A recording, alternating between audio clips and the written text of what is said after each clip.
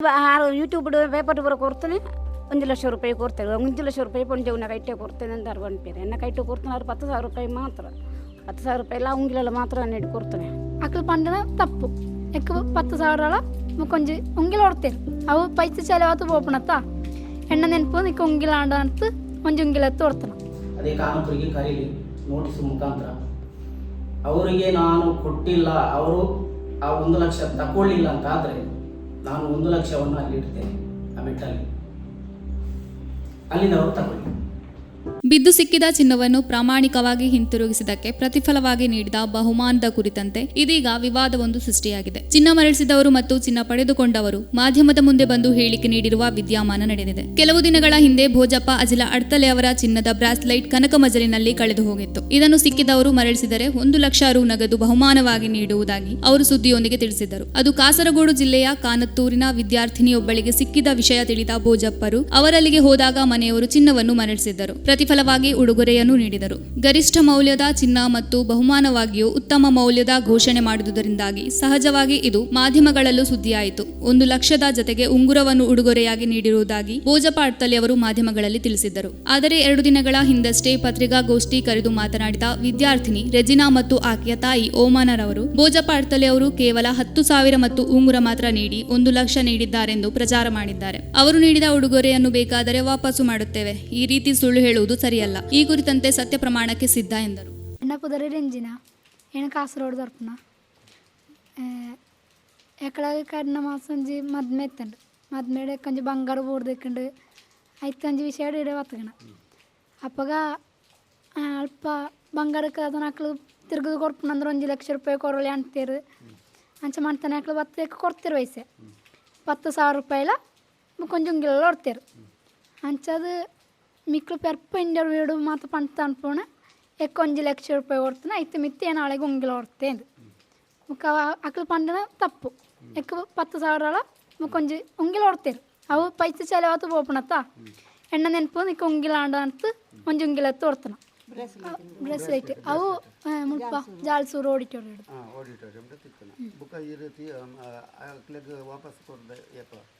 ಅವು 22ಗೆ ಆನೆ ರಾತ್ರಿ ಹೊಡ್ತೆ ಅಲ್ಪ ಒಂದು ಅಣ್ಣ ನೆಟ್ಟು ಕೊಡ್ತೆ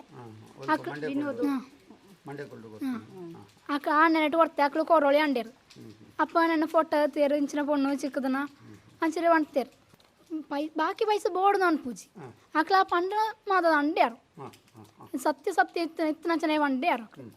എൻ്റെ മകളെ കരുന്ന തിങ്കളു എങ്കിൽ ഒന്ന് 15 പോയിനാൽ പടുത് ഒന്ന് പ്രസിലിട്ട് ബുറുതേക്ക് തിത്തണ്ട് അപ്പോൾ എങ്കിൽ ആനെ രാത്രി തിരുക്കത്ത് കൊടുത്ത 6 ಇಂಚ ಒಂದು ಇದೆಡೆ ಪುಳಿತಿದ ಮೇಲೆ 10,000 ರೂಪಾಯಿ ಉಂಗಿಲೆಲ್ಲ ಕೊಡ್ತಾನ ಆರು ಎಂಕ್ಲ ಕೊಡ್ತಾನ ಆತೆ 10,000 ರೂಪಾಯಿ ಒಂದು ಉಂಗಿಲೆಲ್ಲ ಕೊಡ್ತೇರಿ ಬುಕ್ಕ ಅವು 6 ಪಬ್ಲಿಸಿಟಿ ಕೊಡ್ತಾನೆ 1,00,000 ರೂಪಾಯಿ ಒಂದು ಉಂಗಿಲೆಲ್ಲ ನಂತು ಅವು ಎಂಕ್ಲ ನಮ್ಮ ಎಂಕ್ಲ ಅವು ಅಪಮಾನ ಆತಂದು ನಾವು ರೊಟ್ಲೆ ಎಂಕ ಅಪಮಾನ ಆತಂದು 34 ಸಂಬಂಧ ದಾಖಲು ಅಂಟಿರು 1,00,000 ರೂಪಾಯಿ ಯಾರು ಕೊಡ್ತಾರೆ ಬುಕ್ಕ ಈ 10,000 ಒಂದು ಅನ್ಪಣದಾನೆ ಅದು ಅಲ್ಪ ದಾಖಲೆ ಒಂದು 12 ಜಕ್ಕೆ ಅಂತಾರೆ ಬುಕ್ಕ ಈ ಭೋಜಪ್ಪೆ ನೆನ್ಪನಾರು ಭೋಜಪ್ಪೆ ನೆನ್ಪನಾರು ಎಂಕ್ಲ ಕೊಡ್ತಾನೆ 10,000 ರೂಪಾಯಿ ಒಂದು ಉಂಗಿಲಲ್ಲ 6 ಐಡಿದಿತ್ತು ಒಂದು ಉಂಗಿಲ ಇಂದ ನೆನಪು ಗಂಡು ಮಗಳೇನಂತ ಮಗಳ ನೆಂಟು ಕೊಡ್ತಾನೆ ಮಾತ್ರ ಬುಕ್ಕ ನ್ಯೂಸ್ ಯೂಟ್ಯೂಬ್ ಪೇಪರ್ ಬರೋ ಕೊಡ್ತಾನೆ 1,00,000 ರೂಪಾಯಿ ಕೊಡ್ತಾರೆ. 1,00,000 ರೂಪಾಯಿ ಪೊಂಜೆ ಕೈಟೆ ಕೊಡ್ತೇನೆ ಅಂತ ಅರ್ಬಂಡ್ಪೇರೆ ಎನ್ನ ಕೈಟು ಕೊಡ್ತಾನೆ. ಅವ್ರು 10,000 ರೂಪಾಯಿ ಮಾತ್ರ 10,000 ರೂಪಾಯಿ ಎಲ್ಲ ಉಂಗಿಲೆಲ್ಲ ಮಾತ್ರ ನೆಟ್ಟು ಕೊಡ್ತಾನೆ.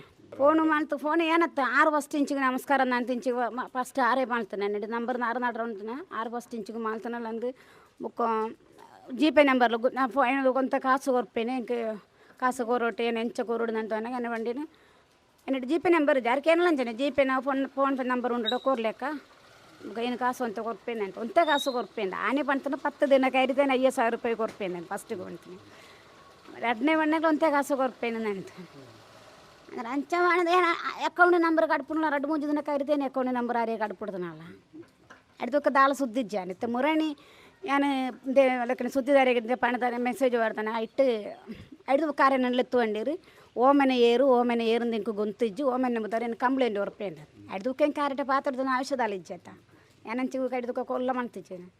ನಮಸ್ತೆ ಸರ್, ನಾನು ಕಲ್ಮಡ್ಕದಿಂದ ಭಾಗೀರಥಿ ಅಂತ. ಇವರು ನನ್ನ ದೊಡ್ಡ ಅಕ್ಕನ ಮಗನ ಹೆಂಡತಿ ಮತ್ತು ಮಕ್ಕಳು. ಅದೇ ಮದುವೆ ಜೂನ್ 21ಕ್ಕೆ ಮದುವೆ ಆಯಿತು. ಅಲ್ಲಿ ಮದುವೆ ಆದಾಗ ಮಕ್ಕಳಿಗೆಲ್ಲ ಹೇಗೆ ಎಲ್ಲ ಗೊತ್ತಿದೆ. ಅದು ನಮಗೆ ವಿಷಯ ಏನಂದರೆ ಸುಳ್ಳು ಹೇಳಬಾರ್ದು. ಸುಳ್ಳು ಹೇಳಬಾರ್ದು. ಅದು ಈಗ ನನಗೆ ಅದು ಗೊತ್ತಿರಲಿಲ್ಲ, 10,000 ಅಂತ ಗೊತ್ತಿಲ್ಲ. ಗೊತ್ತಾದ ಮೇಲೆ ನಾನು ಇವಳನ್ನು ಮತ್ತು ಅದು ಹೀಗೆ ಬಿಡಬಾರ್ದು, ಸುಳ್ಳು ಹೇಳಬಾರ್ದು. ಅವನು ಕೊಡೋದೇ ಇಲ್ಲ ಅಂತ ಹೇಳಬೇಕಿತ್ತು.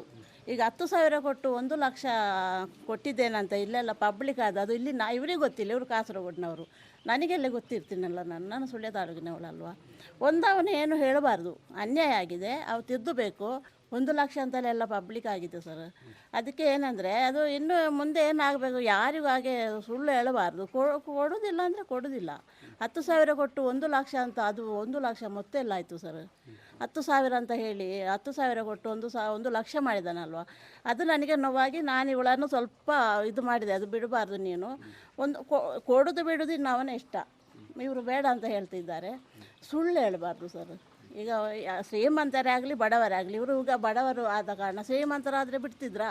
ಅವನು ಘೋಷಣೆ ಮಾಡಿದಾರಲ್ಲ, ಆ ಹುಡುಗಿ ಇದೇ ಹುಡುಗಿ ಬೇಡ ಅಂತ ಹೇಳಿದಾಳೆ, ಕೂಗಿದಾಳೆ, ಒತ್ತಾಯ ಮೇರೆಗೆ ಅವಳು ಒಳಗಿಂದ ಹೊರಗೆ ಬಂದದ್ದು.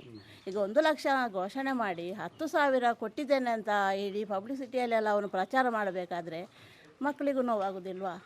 ಈಗ ಎಲ್ಲ ಕೇಳುವವರು ನೋಡುವವರೆಲ್ಲ ಏನು ಹೇಳ್ತಾರೆ, ಅವನು ದೊಡ್ಡ ಜನ 1 ಲಕ್ಷ ಕೊಟ್ಟಿದ್ದಾನೆ, ಬೇರೆ ಉಂಗುರ ಕೊಟ್ಟಿದ್ದಾನೆ, ಅದೆಲ್ಲ ಸುಳ್ಳು ಅಂತ ನಮಗೆ ಮಾತ್ರ ಅಲ್ವ ಸರ್?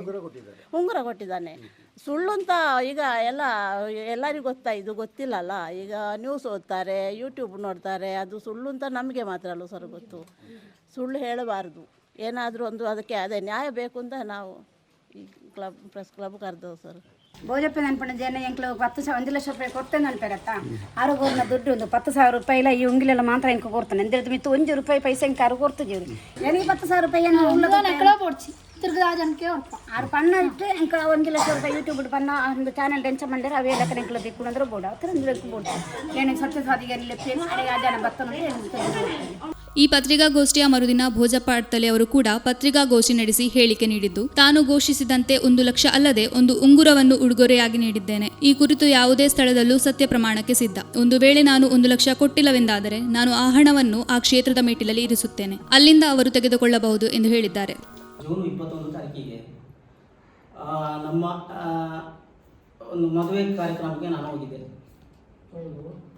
ಕನಕ ಭಜನಾ ಮಂದಿರದಲ್ಲಿ.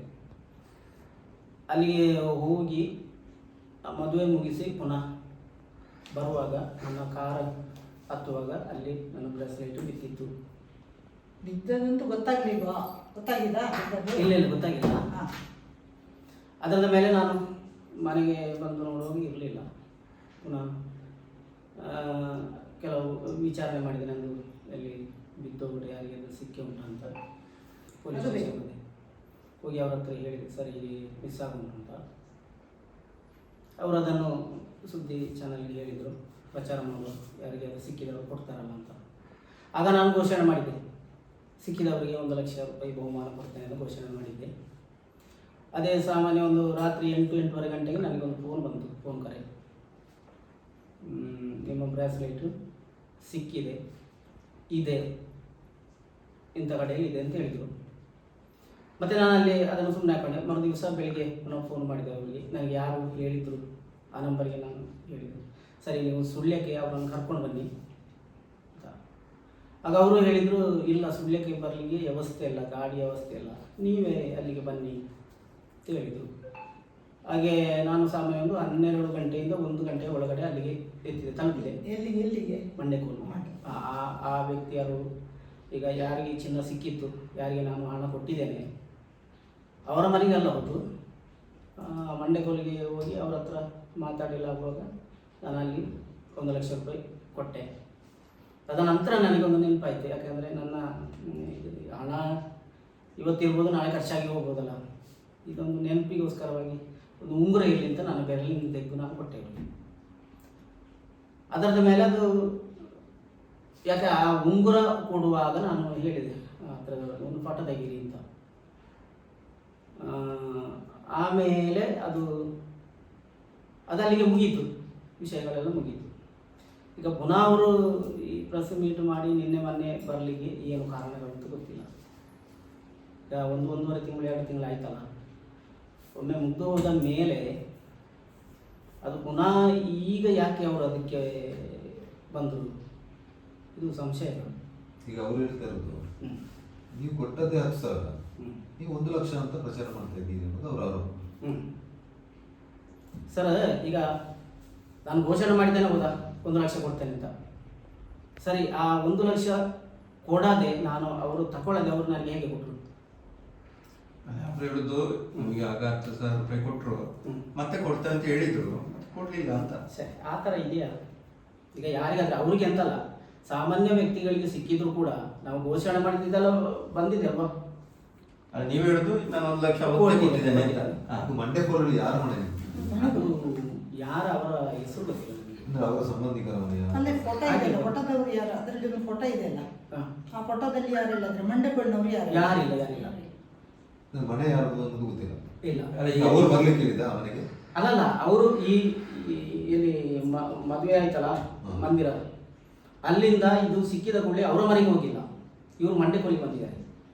ಅಂದ್ರೆ ಈ ಮಂಡ್ಯಕೋಲಿನ ಹುಡುಗಿಯನ್ನು ಕನಕಭಜನಿನ ಹುಡುಗನಿಗೆ ಕೊಡುವಂತ ಒಂದು ನೀವು ಆ ಮದುವೆಯ ಮನೆಯಲ್ಲಿ ಹೋದ್ರು? ಮದುವೆ ಮನೆಗೆ ಹೋಗಿಲ್ಲ, ನಾನು ಮದುವೆ ಹಾಲಿಗೆ ಹೋದ್ದು. ಇದು ಮರು ದಿವಸ ತರಲಿಕ್ಕೆ ನಾನು ಮಂಡ್ಯಕೋಲಿಗೆ ಮನೆಗೆ ಹೋದ್ದು. ಸಿಕ್ಕಿದವರು ಮಂಡ್ಯಕೋಲ ಅವರ ಸಂಬಂಧಿಕರ ಮನೆಯಲ್ಲಿ ಇದ್ರು ಅಂತ ಹೇಳುದು. ಸಿಕ್ಕಿದವರು ಮಂಡ್ಯಕೋಲು. ನಾನು ಅದಲ್ಲದೆ ಅವರನ್ನು ಈಗ ನೀವು ದುಡ್ಡು ಕೊಡುವಾಗ ನಿಮ್ಮ ಕಡೆಯವರು ಯಾರಿದ್ರು? ಹೌದು, ಇವರು 1 ಲಕ್ಷ ಕೊಟ್ಟಿದ್ದೇನೆ ಅಂತ ಹೇಳುವರು ನಾವಿಬ್ರಿ. ನೀವು 1 ಲಕ್ಷ ಅಂತ ಚೆಕ್ಕ? ಇಲ್ಲ, ನಮಗೆ ಆ ಸಂದರ್ಭದಲ್ಲಿ ಚಕ್ಕೆ ಇಕ್ಕೆ ಎಲ್ಲ ಬರುವುದಿಲ್ಲ ಅಲ್ವಾ, ಕ್ಯಾಶ್ ಇತ್ತು. ಕ್ಯಾಶ್. ನೀವು ಗಂಡ ಹೆಂಡತಿ ಹೋಗಿ ಕೊಟ್ಟಿದ್ದೀರಿ. ಮತ್ತೆ ಯಾಕೆ ತಕರಾರು ಬಂತು ಅಂತ ನಿಮ್ಮ ಒಂದು? ಅಲ್ಲ, ಈಗ 2 ತಿಂಗಳು ಕಳೆದ ನಂತರ ಇದು ಹೇಗೆ ಮೇಲೆ ಬಂತು, ಏನು ವಿಷಯ? ನೀವೇನಾದ್ರೂ ಅವ್ರಿಗೆ ಮಂಡ್ಯ ಪ್ರೆಸ್ ಮೀಟ್ ಮೇಲೆ ಹೋಗಿ ಹೇಳಿದ್ರೆ ನೀವೇನಾದ್ರೂ ಅವ್ರಿಗೆ ಬೈದ್ರಿ? ಅಂದ್ರೆ ಯಾರು ಅಂತ ಗೊತ್ತೇ ಇಲ್ಲ ಅಂತ ಹೇಳಿದ್ರಿ. ಹೌದೌದು. ಈಗ ನನಗೆ ಯಾರು ನನಗೆ ಚಿನ್ನ ಕೊಟ್ಟರು, ನಾನು ಅವರಿಗೆ ಕೊಟ್ಟೆ. ಆಮೇಲೆ ನನಗೆ ಏನು ವ್ಯವಹಾರ ಇದೆ ಅವ್ರ ಹತ್ರ? ನೀವು ಬೈದದ್ದು ಏನಿಲ್ಲ. ಇಲ್ಲ, ಒಮ್ಮೆ ಅವರು ಫೋನ್ ಮಾಡಿದ್ರು ನನಗೆ. ಫೋನ್ ಮಾಡಿದಾಗ ನಾನು ಹೇಳಿದೆ, ಯಾಕೆ ಸುಮ್ಮನೆ ಫೋನ್ ಮಾಡಿದ್ರೆ, ಅದು ಮುಗ್ದೋಯ್ತಲ್ಲ, ಕೊಟ್ಟಾಯ್ತಲ್ಲ. ಅವ್ರು ಎಂತಕ್ಕೆ ಫೋನ್ ಮಾಡಿದ್ರು? ಅದೇ ಏನೋ ಒಂದು ತರ ಮಾತಾಡ್ತಿದ್ರು, ಹಣದ ವಿಷಯದಲ್ಲಿ ಅಲ್ಲ, ನೀವು ಯಾಕೆ ಅಲ್ಲಿ ಕೂತು ಮಾತಾಡಿದ್ದು, ಇಲ್ಲಿ ಕೂತು ಮಾತಾಡಿದ್ದು, ಯಾಕೆ ಈ ಥರದಲ್ಲಿ ಎಲ್ಲ ಹೇಳ್ತಿದ್ರು. ಅಂದ್ರೆ ಈಗ ಅವರು ಹೇಳುವ ಪ್ರಕಾರ ಭೋಜಪ್ಪ ನಾನು 1 ಲಕ್ಷ ಕೊಟ್ಟಿದ್ದೇನೆ ಅಂತೇಳಿ ದೊಡ್ಡ ರೀತಿಯಲ್ಲಿ ಪ್ರಚಾರ ಮಾಡ್ತಾ ಇದ್ದಾರೆ, ಅವರು ಪ್ರಚಾರ ಗಿಟ್ಟಿಸ್ಕೊಳ್ತಾ ಇದ್ದಾರೆ ಅಂತೇಳಿ ಅವರ ಆರೋಪ. ಹೌದು, ಅದು ಆರೋಪ ಅದಲ್ಲ. ಅವರು ಕೊಡದೆ 1 ಲಕ್ಷ ಕೊಟ್ಟಿದ್ದೇನೆ ಅಂತ ಹೇಳ್ತಾ ಇದ್ದಾರೆ ಅಂತ ಅವ್ರು ಹೇಳೋದು. ಈಗ ಅವರು ಭೋಜಪ್ಪ ಅವರು, ನಾನು ಸ್ವಲ್ಪ ಅವರ ಹತ್ರ ವಿಚಾರಣೆ ಮಾಡುವಾಗ ನಾನು 1 ಲಕ್ಷ ಕೊಟ್ಟಿದ್ದೇನೆ, ಮೊದಲಾಗಿ ಒಂದು ಹುಡುಗಿ ಅಲ್ವಾ, ಅವಳಿಗೆ ಈ ಚಿನ್ನ ಅಂತೇಳಿ ಒಂದು ಆಸೆ ಇರ್ತದೆ. ಘೋಷಣೆ ಮಾಡಿಲ್ಲ ನಾನು, ಅದು ಏನೋ ನನಗೆ ಈಗ ಅವ್ರು ಇನ್ನೊಂದು ಹೇಳಿದ್ರು, ಸತ್ಯ ಪ್ರಮಾಣಕ್ಕೆ ನೀವು ಕರಿತೀರಾ? ಅವರು ಇಲ್ಲ, ನಾನು ಈಗ ಅದನ್ನು ಸಮರ್ಥನೆ ಅಂತಲ್ಲ, ನಾನು ಹೇಳುವ ಪ್ರಕಾರವಾಗಿ ಅವರು ಸತ್ಯ ಪ್ರಮಾಣಕ್ಕೆ ಅಂತ ಕರೆದಿದ್ದಾರೆ. ನಾನು ಓದಿದೆ, ನಾನು ಕರೆದ್ರು ಬರ್ತಾರೆ, ಅವರು ಕರೆದ್ರು ನಾನು ಬರಬೇಕು ಅಂತಿದೆ. ಅವರು ಹೇಗೂ ಕಾನತ್ತೂರು ಆಸುಪಾಸಿನವರು ಅಂತ ಇದೆ ಅಲ್ವಾ, ಅದೇ ಕಾನತ್ತೂರಿಗೆ ಕರೀಲಿ ನೋಟಿಸ್ ಮುಖಾಂತರ. ಅವರಿಗೆ ನಾನು ಕೊಟ್ಟಿಲ್ಲ, ಅವರು ಆ 1 ಲಕ್ಷ ತಗೊಳ್ಳಿಲ್ಲ ಅಂತ ಆದರೆ ನಾನು 1 ಲಕ್ಷವನ್ನು ಅಲ್ಲಿ ಇಡ್ತೇನೆ, ಆ ಮೆಟ್ಟಲ್ಲಿ, ಅಲ್ಲಿಂದ ಅವರು ತಗೊಳ್ಳಿ. ಅವರ ಪ್ರಕಾರ ಇನ್ನು 90,000 ಕೊಡಬೇಕು ಅಂತ. ಅಲ್ಲಲ್ಲ, ನಾನು ಬೇಡ, ನನಗೆ ಆ ಥರದ್ದು ಬೇಡ. ಯಾಕೆ, ನನಗೆ ನಮ್ಮದೇ ಆದಂಥ ಒಂದು ವೃತ್ತಿ ಜೀವನ ಇದೆ, ಅದರಲ್ಲಿ ನಾವು ಬದುಕೋರು. ನಮಗೆ ಸುಮ್ಮನೆ ಆದರೆ ಏನು ಪ್ರಚಾರಕ್ಕೋಸ್ಕರವಾಗಿ ಉಂಗುರದ ಮೌಲ್ಯಗಳು ಇವಾಗಿನ ಇದರಲ್ಲಿ ಒಂದು 25,000 ಇತ್ತು. ಬೇಡ, ಈಗ ಅವ್ರಿಗೆ ಏನಂತ ಹೇಳಿದ್ರೆ ಅವಮಾನ ಆಗಿದೆ, ನೋವಾಗಿದೆ ಅಂತ ಅವ್ರು ಹೇಳ್ತಾ ಇರೋದಲ್ವಾ. ಈಗ ಅವ್ರು ಹೇಳಿದ್ರೆ 1 ಲಕ್ಷ ಘೋಷಣೆ ಮಾಡಿದ್ದಾರೆ. ಅವ್ರು ಏನು ಅನೌನ್ಸ್ ಮಾಡಿದ್ದಾರೆ ಅಂತ ಹೇಳಿದ್ರೆ ನಾವು 10,000 ಪ್ಲಸ್ ಉಂಗುರವನ್ನು ವಾಪಸ್ ಮಾಡ್ತೇವೆ ಅಂತೇಳಿ ಅವರು ಹೇಳಿದ್ದಾರೆ. ಈಗ ಏನು ಬೇಡ, ಅವರು ಹೇಳಿದ ಪ್ರಕಾರನೇ ಇವರು ಕೊಡ್ಲಿಲ್ಲ ಅಂತ ಹೇಳಿದ್ರೆ ಇವರು 1 ಲಕ್ಷವನ್ನು ಲಿಮಿಟ್ಲಲ್ಲಿ ಇಡ್ತಾರೆ, ತಗೊಳ್ಳಿ ಅಷ್ಟೇ. ಹೀಗೆ 2 ಮನೆಯವರು ಮಾಧ್ಯಮದ ಮುಂದೆ ತಮ್ಮ ಹೇಳಿಕೆ ನೀಡಿದ್ದು ಚಿನ್ನ ಹಿಂದಿರುಗಿಸಿದ ಮತ್ತು ಉಡುಗೊರೆ ಘೋಷಿಸಿದ ಕಾರ್ಯವೊಂದು ವಿವಾದವಾಗಿದೆ. ಇದು ಯಾವ ರೀತಿ ಅಂತ್ಯಗೊಳ್ಳುತ್ತದೆ ಎಂದು ಕಾದು ನೋಡಬೇಕಷ್ಟೇ. ಅತ್ತೆ, ಇದು ನನ್ನ ಬರ್ಡೇ ಗಿಫ್ಟ್. ಇದೆಲ್ಲ ಜೀವನದಲ್ಲಿ ನನಗೋಸ್ಕರ ತಗೊಂಡ್ಬಂದಿದ್ದಾರೆ. ನಿನ್ ಮೇಲೆ ತುಂಬಾ ಚೆನ್ನಾಗಿ ಕಾಣುತ್ತೆ. ಇದು ತುಂಬಾ ಚೆನ್ನಾಗಿದೆ ಅಲ್ವಾ? ತುಂಬಾ ಚೆನ್ನಾಗಿದೆ.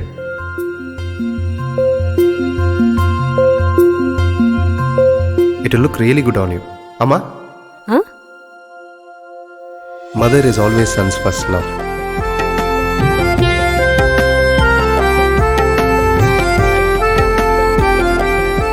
ಪ್ರತಿ ಪೀಳಿಗೆಯ ಪ್ರೀತಿಯ ಮಳಿಗೆ GL ಆಚಾರ್ಯ ಜುವೆಲ್ಲರ್ಸ್.